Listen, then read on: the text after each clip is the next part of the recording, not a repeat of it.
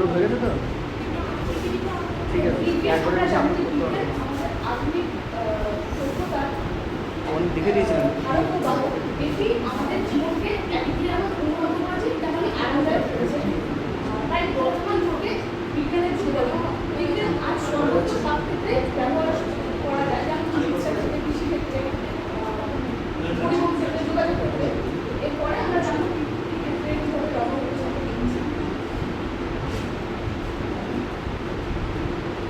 কৃষিক্ষেত্রে উন্নত বীজ ও জেনেটিক পদ্ধতির মাধ্যমে ফসলের যেমন উৎপাদনশীলতা বাড়ায়, একদিকে তার গুণগত মানও বৃদ্ধি পায়।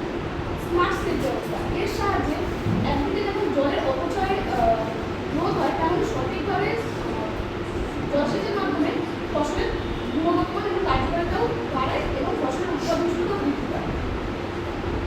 আধুনিক বিভিন্ন ধরনের কৃষি যন্ত্রপাতি ব্যবহারের ফলে কৃষকদের শ্রম ও সময় অনেকাংশে কম হয়, যা আমাদের অনেকটা সময় সাশ্রয় হয়। শিক্ষাক্ষেত্রে বিজ্ঞানের শিক্ষাক্ষেত্রে বিজ্ঞান শিক্ষার্থীদের মধ্যে দক্ষতা বৃদ্ধি করতে সাহায্য করে। বিভিন্ন ধরনের নতুন নতুন আবিষ্কার শিক্ষার্থীদের বিভিন্ন আগ্রহ সৃষ্টি করে এবং নতুন নতুন অজানাকে জানা আমাদের সুবিধা দেয়।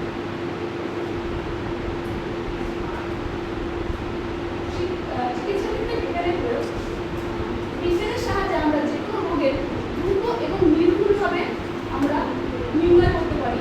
এর সাহায্যে মানুষের জীবনযাত্রার মানও বৃদ্ধি পায়। বিভিন্ন ধরনের উন্নত চিকিৎসা যন্ত্রপাতি মানুষের জীবনযাত্রার মান এবং জীবনযাত্রার মান কার্যকর ও নিরাপদ করে।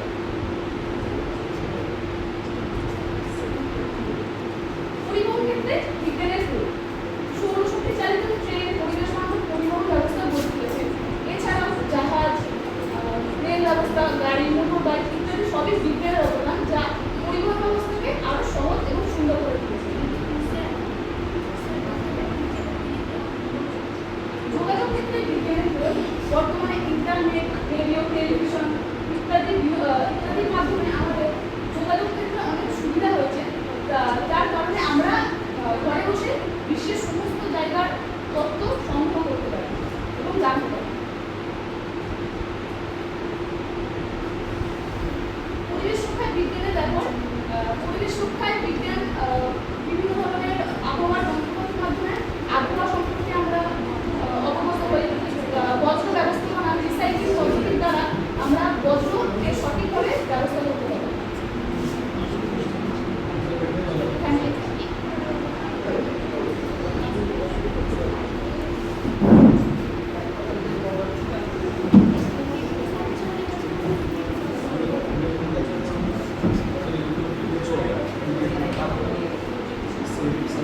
Thank you.